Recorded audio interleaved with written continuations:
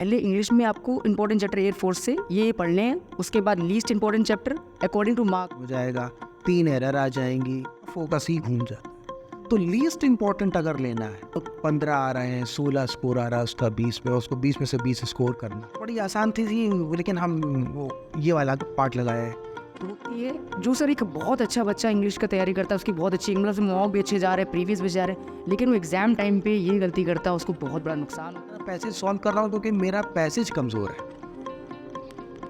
तो मैं थोड़ा डिफर कर सेम डे में 2 सिटिंग करें, चाहे ऑल्टरनेट एयरफोर्स भी रह जाएंगे तो वही राजा की हत्या रेजी साइड पढ़ रहा है और वही छोटे मोटे वन वर्ड पढ़ा रहा है। 3 ईयर का एक्सपीरियंस सर को है। नीरज द्विवेदी सर की मैं बात कर रहा हूँ। आप सभी का स्वागत है बी रियल न्यूज़ में। आज हमारे साथ है नीरज द्विवेदी सर, जो बहुत ही अच्छे एक्सपर्ट टीचर हैं इंग्लिश के। काकादेव में ये कोचिंग है इंग्लिश मंत्रा करके। आज सीधा हम टॉपिक पे आते हैं कि जो एयरफोर्स इनटेक 2025 है उसके लिए मेरे ख्याल से मिनिमम 20 डेज़ रह गए हैं, और कैसे इंग्लिश में अच्छा स्कोर करें, बहुत अच्छा स्कोर करें। तो हमारे साथ सर हैं। ये ज़रूर है कि अगर पढ़ने वाला लड़का है, रेगुलरली पढ़ाई कर रहा है, रेगुलरली वो प्रैक्टिस कर रहा है और अच्छे स्तर की तैयारी अगर उसने की है, तो इन 15-20 दिनों की कीमत गोल्डन उसमें स्टैंडर्ड में मानी जानी चाहिए। वो ऐसे है कि अगर वो चाहे, कोई बच्चा मान लो 15 आ रहे हैं, 16 स्कोर आ रहा है उसका 20 में, उसको 20 में से 20 स्कोर करना है, तो फिर वो इन 15 दिनों को 30 दिन में बदल सकता है। अब हम लोग सर से एक एक करके पूरा जानेंगे कि क्या कैसे तैयारी करनी हो और कैसे आप अच्छा स्कोर कर सकते हैं 15-20 दिन में। सर, सबसे इम्पॉर्टेंट चैप्टर जो इस समय बच्चों को ध्यान देनी चाहिए कि पहले इंग्लिश में आपको इंपॉर्टेंट चैप्टर एयरफोर्स से ये पढ़ने हैं, उसके बाद least important chapter according two marks. 20 question आते हैं, लेकिन वो सारे टॉपिक्स कवर कर लेते हैं।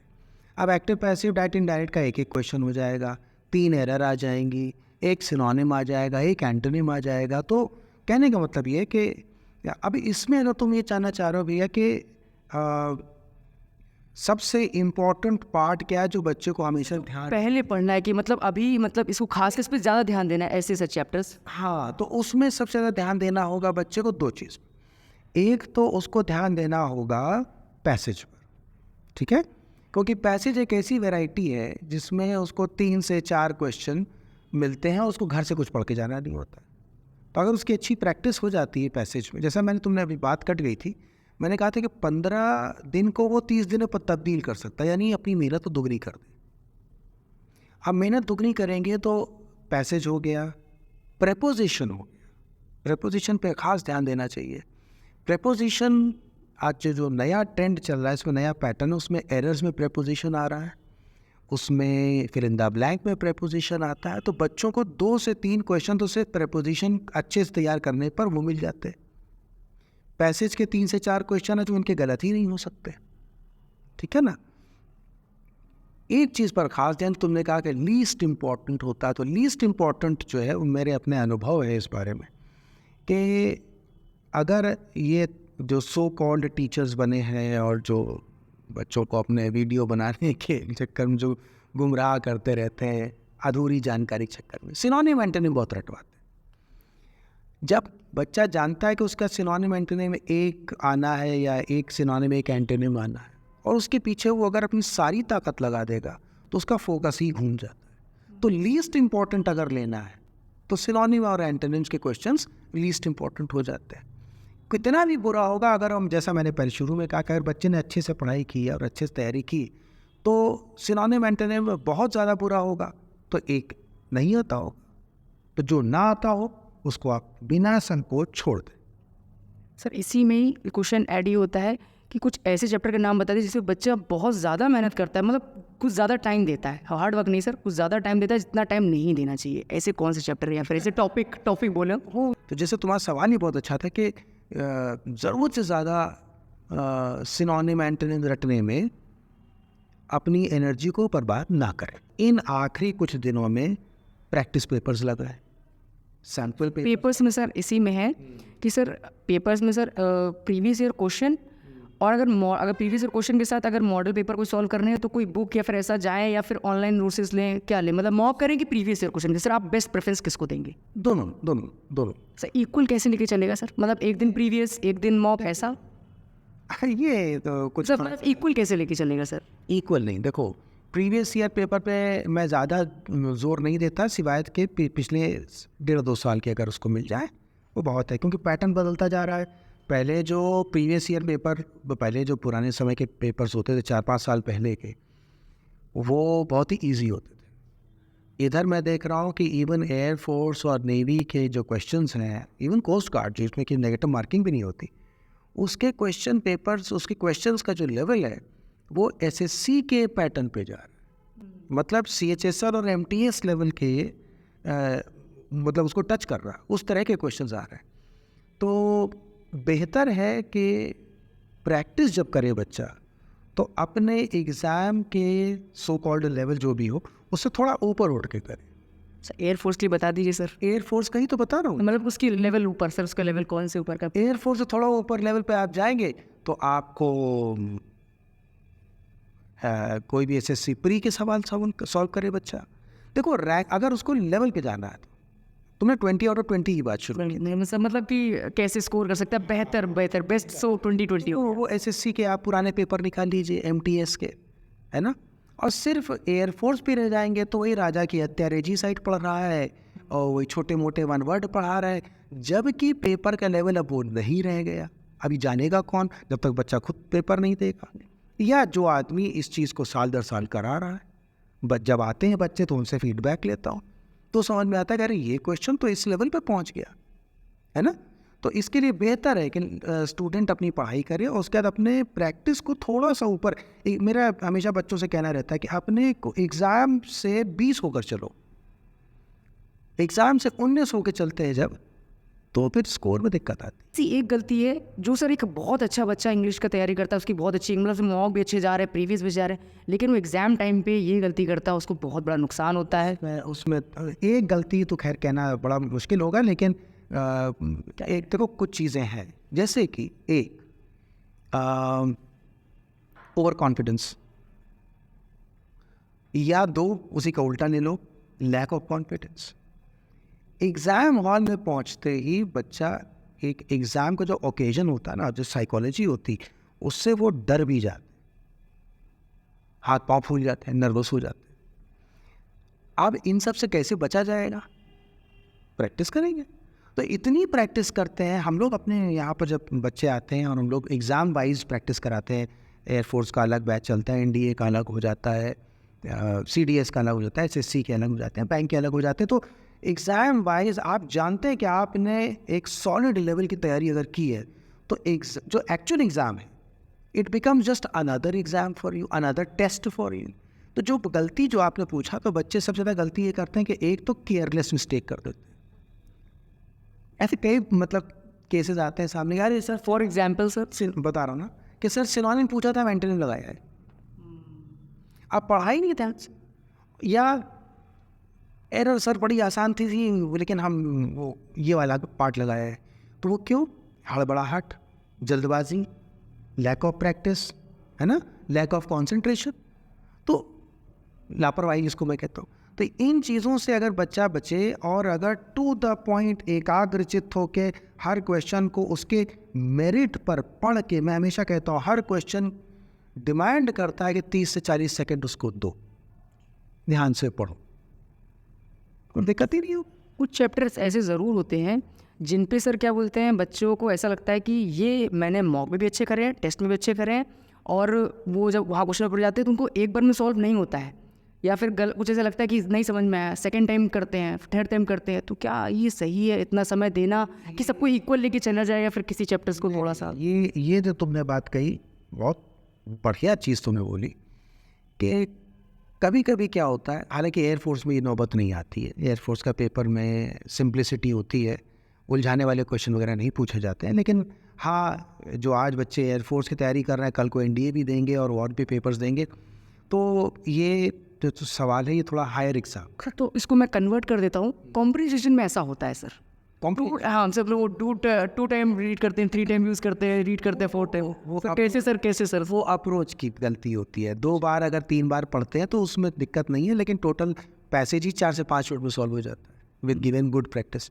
लेकिन हाँ, अगर इसको हम ऐसे ले लें कि वो उसने तैयारी बहुत अच्छे से की है, सब कुछ किया है, लेकिन वही क्वेश्चन जब दोबारा आ गया तो अब उसमें वो आंसर नहीं निकल रहा। तो वो अगर आंसर नहीं निकल रहा तो सिंपल सी बात है कि कहीं कुछ बेसिक चीज़ जो पहले सही कर रहा था, टेंशन की वजह से या लापरवाही में वो मिस्टेक हो रही, उस समय नहीं काम कर रहा दिमाग, वो जैम हो गया, वो नहीं आंसर निकल रहा उसका। तो ऐसे में जब बिल्कुल आंसर ना निकल रहा हो तो तुरंत उस समय उस क्वेश्चन को आप छोड़ दें, क्योंकि अब एक मेंटल ब्लॉकेड हो गया, ठीक है ना। अब वो सॉल्व नहीं होगा, और अगर आप ज़्यादा जंग करेंगे सवाल से ऐसे में तो आंसर गलत ही हो जाएगा। तो बेहतर है कि अगर कोई क्वेश्चन एक बार में या सेकेंड टाइम में नहीं हो रहा हो, कुछ उलझ रहा है, तो वक्त का तकाजा ये है कि टाइमर तो चल ही रहा है और आप बेकार में उलझ भी रहे हैं,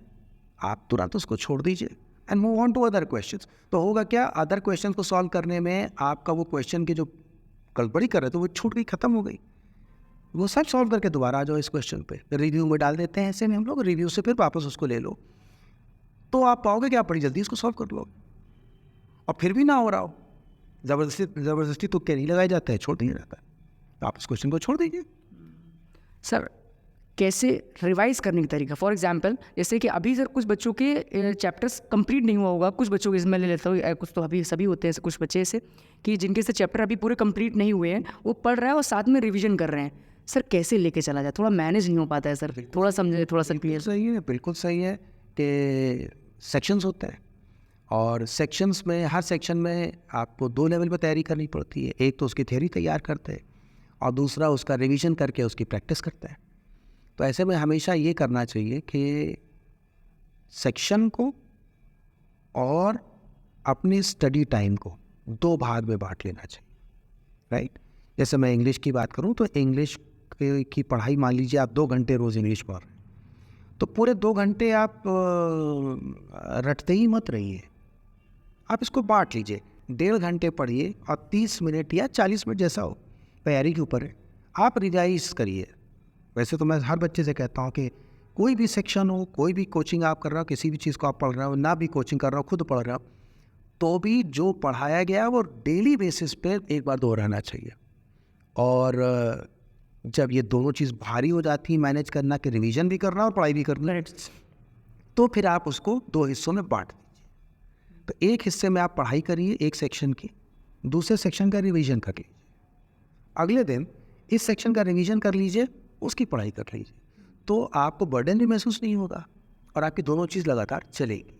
अब चाहे इसको आप सेम डे में 2 सिटिंग करें, चाहे ऑल्टरनेट डेज में 2 सिटिंग करें, हालांकि समय कम। सर अंडर कॉन्फिडेंट फील तब होता है सर जब हमने बहुत इसी चैप्टर तैयार करा है, क्लास में हमने क्या बोलते हैं बहुत अच्छे से उस चैप्टर को टाइम दिया है, चाहे वो ऑफलाइन हो चाहे ऑनलाइन हो, और हमने उसको प्रैक्टिस भी अच्छी करी हो। लेकिन जब हम मॉक करते हैं या हम कोई प्रीवियस और क्वेश्चन लगाते हैं, उसी चैप्टर क्वेश्चन नहीं होते हैं, तब सर वो बच्चा उस टाइम पे क्या करा जाए, और अगर मतलब ये इन दिनों में क्या करा जाए, या फिर एग्ज़ाम के टाइम पे कहा जाए, या फिर जो एग्ज़ाम के क्लोज में आज 4-5 दिन बचे हो। सर तुम्हारे सवाल में ही तुम्हारा जवाब है।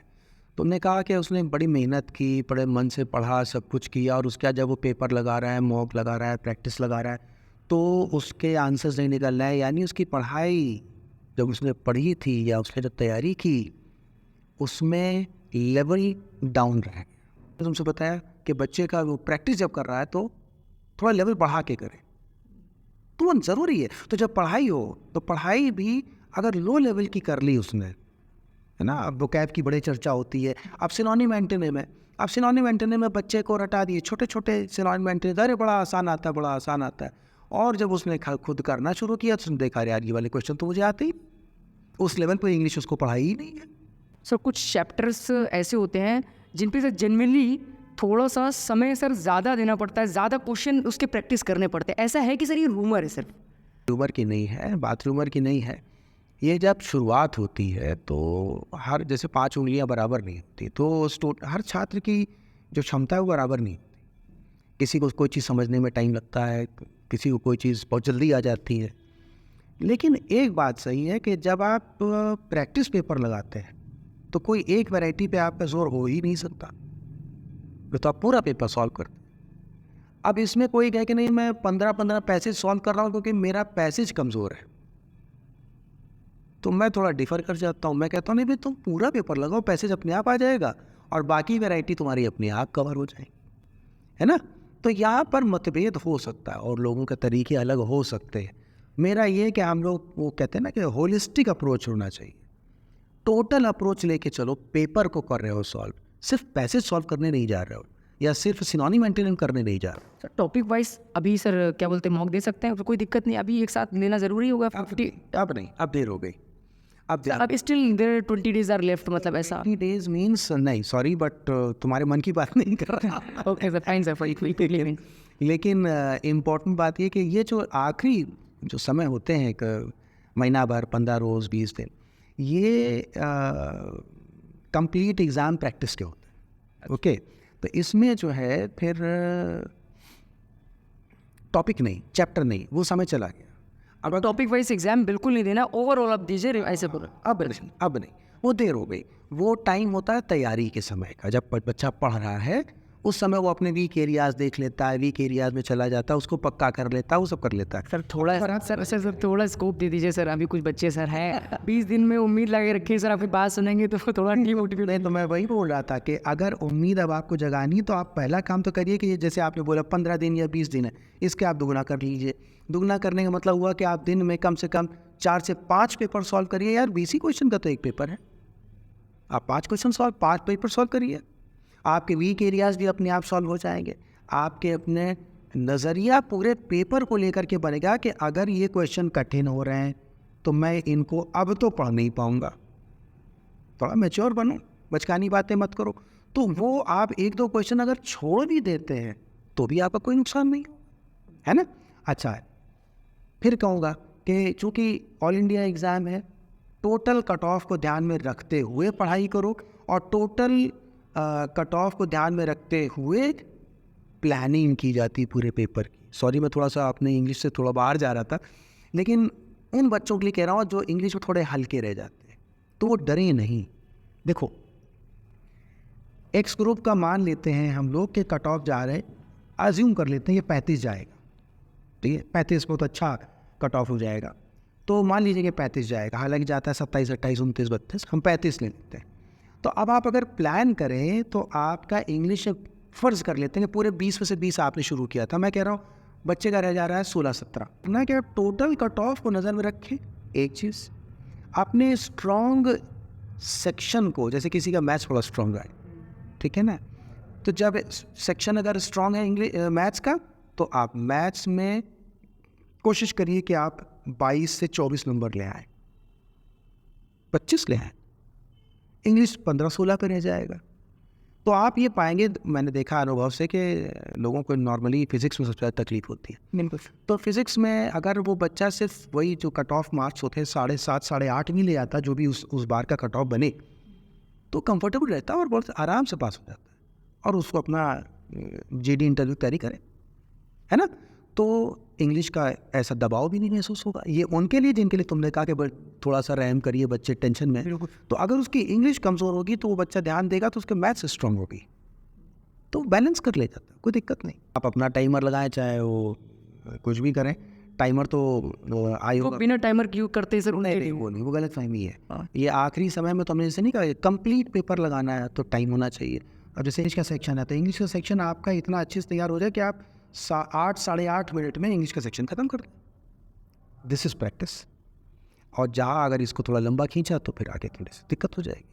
सर लास्ट क्वेश्चन आपसे ये है, स्ट्रेस को कैसे मैनेज करा जाए सर? जो लास्ट मोमेंट में स्ट्रेस आता है उसको कैसे मैनेज करा जाए, ये थोड़ा सा बता दीजिए। टाइम का स्ट्रेस 2 तरह के बच्चों में देखा जाता है, जो आगे चल के एंजाइटी में थोड़ा कन्वर्ट हो जाता है।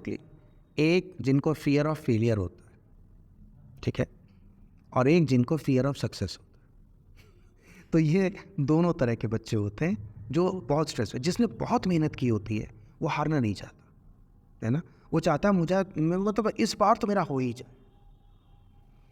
और जिसने बिल्कुल तैयारी नहीं की होती है वो अंदर से जानता है कि मेरा तो कुछ नहीं होने वाला है, लेकिन परिवार की अपेक्षाएं उस समय याद आने लगती हैं, औरों की तैयारी उसको दिखने लगती है, तो वो चाहता है कुछ ऐसा हो जाए, कुछ ऐसा हो जाए कि मेरा भी हो जाए, तो दबाव दोनों तरफ से हो जाता है। सेकंड कैटेगरी वालों का तो मुश्किल ही हो जाता है, कहीं ना कहीं कमी है तो वो कमी दिखेगी।